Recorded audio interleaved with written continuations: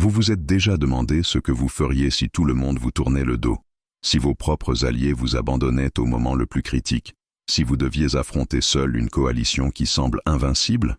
Cette sensation d'être complètement isolé, trahi par ceux en qui vous aviez confiance, avec le poids d'un royaume entier sur vos épaules. La plupart des hommes s'effondrent dans ces moments.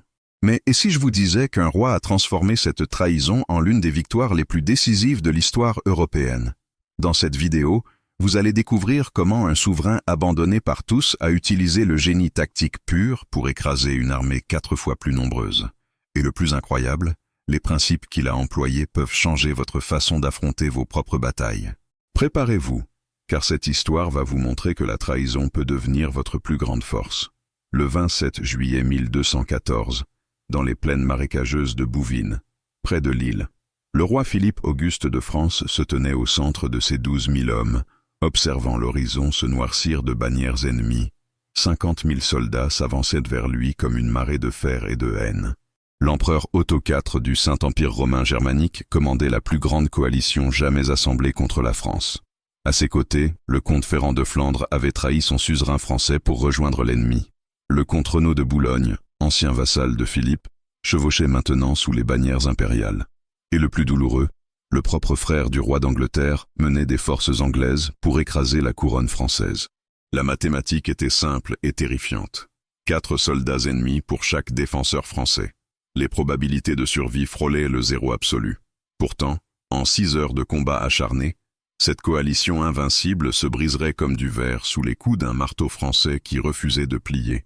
Comprenez bien le contexte qui a mené à ce moment désespéré.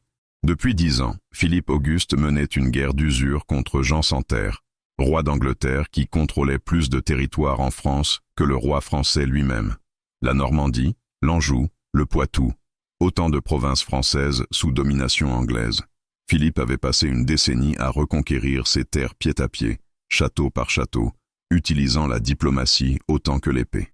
En 1204, il avait arraché la Normandie des mains anglaises dans une campagne militaire qui avait sidéré l'Europe.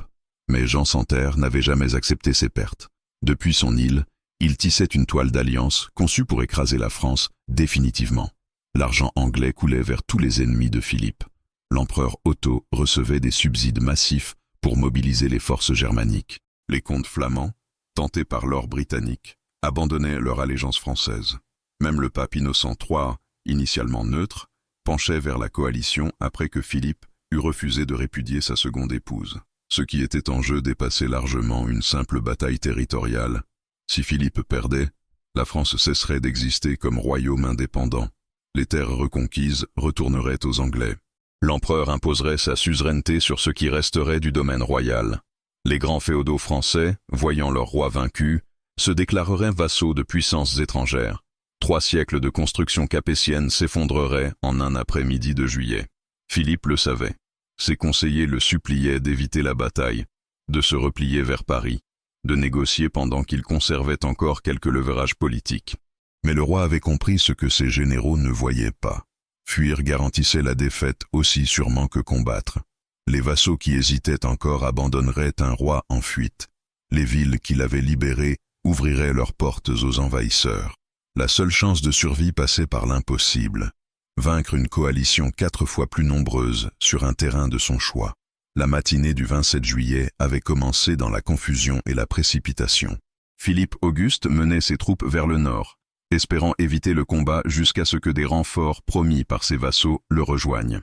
Mais les éclaireurs rapportèrent à 9 heures que l'armée impériale avançait plus vite que prévu, coupant la route française vers Tournai. Le piège se refermait. Otto IV avait manœuvré brillamment, forçant Philippe à combattre dans des conditions désavantageuses, ou à fuir honteusement devant ses propres hommes.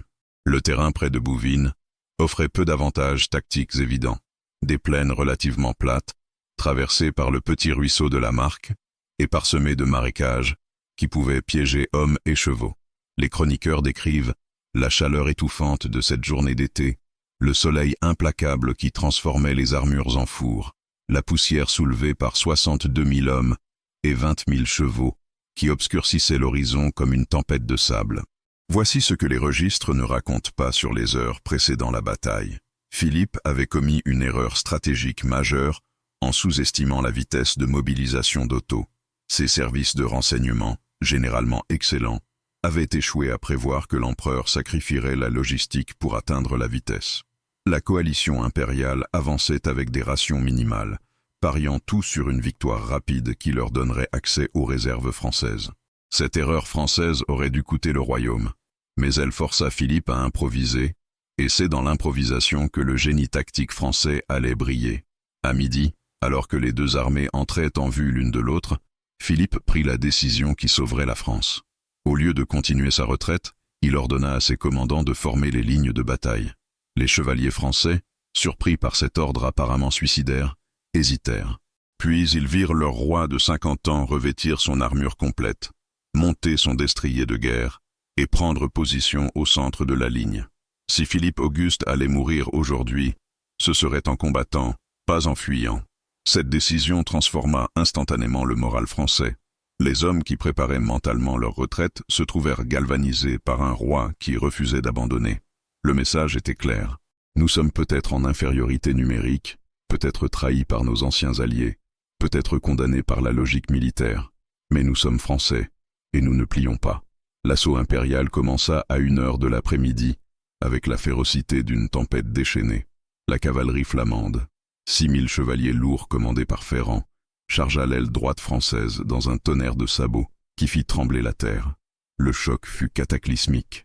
Des lances de 4 mètres se brisèrent par centaines, projetant des éclats de bois comme des éclairs de foudre. Des chevaux s'effondrèrent, piégés dans les zones marécageuses que les Flamands n'avaient pas repérées. Des hommes hurlaient en flamand et en français, leurs cris de guerre se mêlant au hennissement terrifié des montures et au fracas métallique de l'acier contre l'acier. La supériorité numérique ennemie se manifesta immédiatement. L'aile droite française, commandée par le duc de Bourgogne, plia sous la pression. 300 chevaliers français se retrouvèrent encerclés, combattant dos à dos contre des forces qui les submergèrent de tous côtés. Les chroniques décrivent des scènes d'une violence inouïe, des épées brisées sur des aumes, des masses d'armes fracassant des os à travers les côtes de mailles, du sang jaillissant à travers les joints des armures comme des fontaines écarlates. Simultanément, sur l'aile gauche française, le comte Renaud de Boulogne lançait ses forces contre les troupes de Champagne. Cette trahison d'un ancien vassal français enflamma les passions au-delà du simple combat militaire. Les soldats champenois, hurlant des accusations de félonie, se jetèrent sur les Boulonnais avec une fureur qui transcendait la tactique. C'était devenu personnel. Puis au centre, catastrophe absolue. L'empereur Otto en personne, entouré de sa garde impériale de 1000 chevaliers germaniques, visa directement Philippe Auguste. La stratégie était simple et brutale. Tuer le roi français et l'armée française s'effondrera. Otto avait raison. La mort de Philippe garantirait la victoire impériale, même si les combats sur les ailes continuaient. Les deux souverains se retrouvèrent face à face au milieu d'une mêlée qui défie toute description. Imaginez la scène. 1200 chevaliers français et germaniques s'affrontant dans un espace de 50 mètres carrés, les bannières royales et impériales flottant au-dessus d'un océan de fer et de fureur. Philippe Auguste combattait personnellement. Sa masse d'armes brisait des casques, son destrier de guerre piétinait les fantassins ennemis. Mais la pression numérique était insoutenable. À 2 heures, un chevalier germanique réussit l'impossible. Sa lance perça les défenses françaises et frappa Philippe directement à la poitrine. Le roi de France tomba de son cheval. Le cri de triomphe impérial résonna à travers le champ de bataille. La France venait de perdre. Sauf que Philippe Auguste portait une armure forgée par les meilleurs artisans de Paris. La lance impériale se brisa contre l'acier français sans pénétrer la cuirasse. Avant que les Germains ne puissent achever leur roi à terre, la garde royale française forma un cercle impénétrable autour de Philippe, sacrifiant leur corps pour protéger leur souverain. En 30 secondes de combat désespéré, 40 chevaliers français moururent pour que leur roi puisse remonter en selle. Ce moment de vulnérabilité aurait dû achever la France. Au lieu de cela, il déclencha une transformation. Les soldats français, voyant leur roi presque mort puis se relevant comme un phénix, sentirent quelque chose se briser en eux. La peur disparut. La fatigue s'évapora. Ce qui prit leur place fut une rage pure, une détermination qui transcendait la rationalité. Ils n'allaient pas laisser ces traîtres et ces envahisseurs tuer leur roi. Alors Philippe Auguste fit quelque chose que personne n'attendait. Au lieu de se replier vers une position plus sûre après avoir échappé de peu à la mort, il chargea directement vers l'empereur Otto. Cette décision paraissait suicidaire. Otto était protégé par sa garde impériale, des guerriers germaniques qui n'avaient jamais connu la défaite. Mais voici où la légende rencontre la réalité tactique. Philippe avait identifié la faiblesse critique de la coalition. Les forces impériales n'étaient pas une armée unifiée, mais une collection d'alliés avec des motivations différentes. Les Flamands combattaient pour l'indépendance commerciale, les Boulonnais pour la vengeance personnelle, les Germains pour la gloire impériale, les Anglais pour récupérer la Normandie. Cette diversité d'objectifs créait des failles dans la coordination tactique. Quand Philippe lança sa contre-attaque désespérée vers le centre impérial, il exploitait cette faiblesse psychologique. La charge royale française percuta les lignes germaniques avec la force d'un bélier. Les chevaliers français, inspirés par le courage insensé de leur roi, se battaient maintenant avec une intensité qui terrifiait leurs adversaires. Chaque Français combattait comme 3 hommes, compensant l'infériorité numérique par une fureur qui refusait d'accepter la défaite. À 2h30, le tournant. Un groupe de sergents français, fantassins armés de crochets métalliques conçus pour arracher les cavaliers de leur monture, réussit à approcher suffisamment près de l'empereur Otto pour agripper sa bannière impériale. Dans le chaos médiéval, les bannières signifiaient tout. Elles indiquaient la position des commandants, ralliant les troupes dispersées. Perdre sa bannière équivalait à perdre son commandement. Otto, voyant son étendard impérial arraché et piétiné dans la boue française, commit l'erreur fatale. Il paniqua. L'empereur du Saint-Empire romain germanique, celui qui était censé écraser la France, éperonna son cheval et s'enfuit du champ de bataille. Ses gardes, abasourdis par cette trahison, hésitèrent. Cette hésitation d'une seconde fut suffisante. Les chevaliers français s'engouffrèrent dans la brèche, massacrant les Germains confus qui ne savaient plus s'ils devaient suivre leur empereur en fuite ou continuer à combattre. La vue d'Otto abandonnant ses troupes eut un effet dévastateur sur le moral de la coalition. Si l'empereur lui-même fuyait, quelle chance avaient les soldats ordinaires? La panique se propagea comme un incendie à travers les rangs impériaux. Le champ de bataille bascula à 3 heures lorsque la déroute impériale se transforma en massacre organisé. Les chevaliers français, leur sang brûlant de fureur vengeresse, poursuivirent les forces germaniques en fuite à travers les marécages de Bouvines. Ce qui avait été une retraite ordonnée devint une débandade hystérique, alors que des milliers d'hommes tentaient de s'échapper simultanément à travers des terrains qu'ils ne connaissaient pas.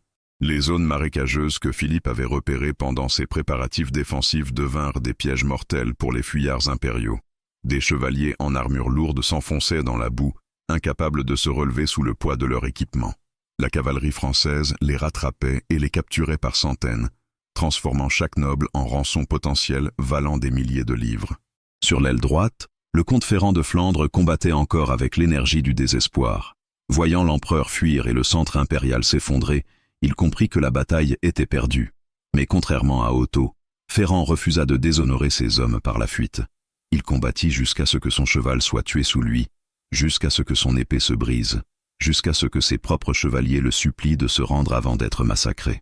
Quand les Français le capturèrent enfin à 4 heures, son armure était si cabossée qu'il fallut 1 heure pour l'en extraire. Le comte Renaud de Boulogne, le traître le plus détesté, ne reçut aucune pitié. Cerné par des forces champenoises qui hurlaient des accusations de félonie, il fut arraché de son cheval et battu presque à mort avant que Philippe Auguste n'intervienne personnellement pour le faire prisonnier. Le roi français voulait que Renaud survive pour être jugé et puni publiquement pour sa trahison. Les statistiques finales de Bouvines défient la logique militaire. Sur 50 000 soldats de la coalition, 9 000 périrent sur le champ de bataille. 5 000 nobles furent capturés, incluant 5 comtes, 25 barons et 130 chevaliers bannerets. L'armée française perdit moins de 1000 hommes. Les proportions étaient inversées. Une force de 12 000 avait écrasé une coalition de 50 000, infligeant des pertes 9 fois supérieures à celles qu'elle avait subies. Alors que le soleil couchant teintait de rouge le champ de bataille, Philippe Auguste se tenait au milieu des débris de la plus grande coalition jamais assemblée contre la France. Autour de lui, ses chevaliers chantaient le Te Deum, leur voix rauque d'avoir hurlé pendant 6 heures, résonnant à travers un paysage jonché de bannières brisées et d'ambitions impériales écrasées. Le roi qui aurait dû mourir ce jour-là avait non seulement survécu, mais avait anéanti ses ennemis si complètement qu'il ne menacerait plus jamais la France de son vivant. Les conséquences immédiates de Bouvines se propagèrent à travers l'Europe comme des ondes de choc sismique. 3 jours après la bataille, Des messagers français galopèrent vers Paris avec des nouvelles qui semblaient trop extraordinaires pour être vraies. La plus grande menace contre la France depuis les invasions vikings avait été pulvérisée en 6 heures. La réaction populaire fut explosive. Quand Philippe Auguste entra dans Paris le 5 août, la ville entière explosa en célébrations qui durèrent 7 jours. Les chroniqueurs décrivent des scènes de joie collective jamais vues auparavant. Des étudiants de l'université dansaient dans les rues avec des bourgeois et des nobles. Des tavernes distribuaient du vin gratuitement. Des processions religieuses parcouraient la ville, rendant grâce à Dieu pour ce miracle militaire. Pour la première fois, quelque chose ressemblant à un sentiment national français émergeait, forgé dans le feu de Bouvines. Mais l'impact stratégique transcendait les célébrations. Jean Santerre, recevant la nouvelle du désastre depuis l'Angleterre, comprit immédiatement que ses rêves de reconquête continentale étaient terminés. Sans Otto pour maintenir la pression depuis l'Est, sans les comtes flamands pour menacer depuis le Nord, l'Angleterre ne pouvait plus défier la France militairement. Les barons anglais, déjà mécontents du règne catastrophique de Jean, utilisèrent Bouvines comme preuve finale de son incompétence. Moins d'un an après la bataille, ils le forceraient à signer la Magna Carta, document qui limiterait le pouvoir royal anglais pour les siècles à venir. Ainsi, paradoxalement, la victoire française créa la démocratie anglaise. L'empereur Otto IV ne se remit jamais de l'humiliation. Excommunié par le pape qui l'avait initialement soutenu, abandonné par ses vassaux allemands qui le méprisaient pour avoir fui Bouvines, il fut déposé en 1215. La dynastie Hohenstaufen prit le pouvoir impérial, et le Saint-Empire romain germanique cessa ses ambitions d'expansion vers l'ouest pendant un siècle. La frontière entre la France et l'Empire, contestée depuis Charlemagne, se stabilisa enfin. Le comte Ferrand de Flandre passa 13 années dans les prisons françaises avant que Philippe ne le libère contre une rançon massive et des garanties de fidélité. Le comte Renaud de Boulogne ne fut jamais libéré. Il mourut dans les cachots du Louvre en 1227. Un avertissement permanent sur le coup de la trahison. Mais voici ce qui rend Bouvines vraiment extraordinaire dans l'histoire militaire.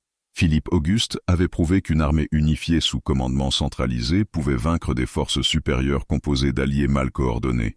Cette leçon tactique influencerait la guerre européenne pendant des siècles.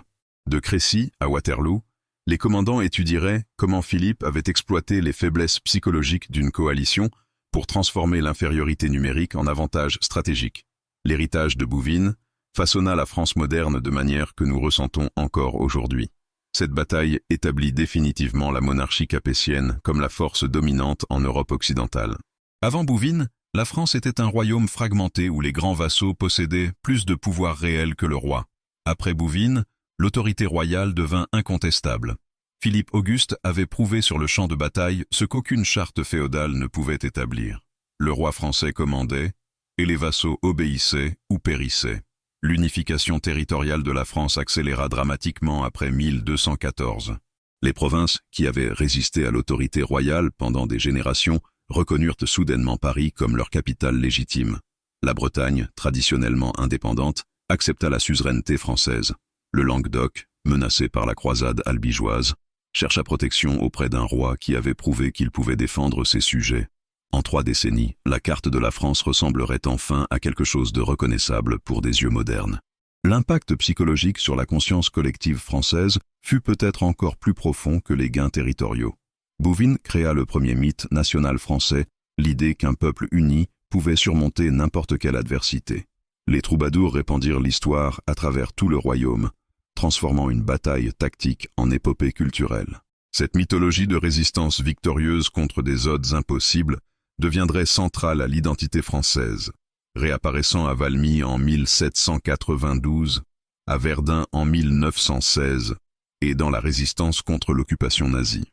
Les académies militaires du monde entier étudient encore Bouvines comme cas d'école sur comment transformer des avantages en victoires. La décision de Philippe de combattre plutôt que fuir, sa reconnaissance que le moral compte plus que les mathématiques, son exploitation brillante des faiblesses de coordination ennemie, tous ces principes restent pertinents pour le leadership moderne. Pas seulement dans la guerre, mais dans les affaires, la politique, et n'importe quel domaine où des ressources limitées affrontent des adversaires apparemment insurmontables. Voici ce que les historiens militaires ne perçoivent souvent pas à propos de cette bataille. Bouvines ne fut pas gagné par une supériorité technologique ou des tactiques révolutionnaires. Philippe Auguste utilisa des chevaliers, des sergents et des terrains de la même manière que ses adversaires. Ce qui fit la différence fut purement psychologique. Un roi qui refusa d'accepter que la trahison et les nombres déterminaient le destin. Une armée qui combattit avec l'intensité d'hommes défendant leur foyer contre des envahisseurs. Une nation qui découvrit son identité dans le feu du combat. Le 27 juillet 1214, dans les plaines marécageuses de Bouvines, 12 000 Français désespérés affrontèrent 50 000 ennemis, dans ce qui aurait dû être le massacre le plus unilatéral de l'histoire médiévale. Les bannières impériales obscurcissaient l'horizon comme une prophétie de mort. La mathématique de l'anéantissement était simple. 4 soldats ennemis pour chaque défenseur français. Pourtant, au coucher du soleil, la plus grande coalition jamais assemblée contre la France gisait brisée dans la boue, et le destin de l'Europe pendait au génie tactique d'un roi qu'on appellerait Auguste. Philippe Auguste avait compris ce que ses ennemis ne comprendraient jamais.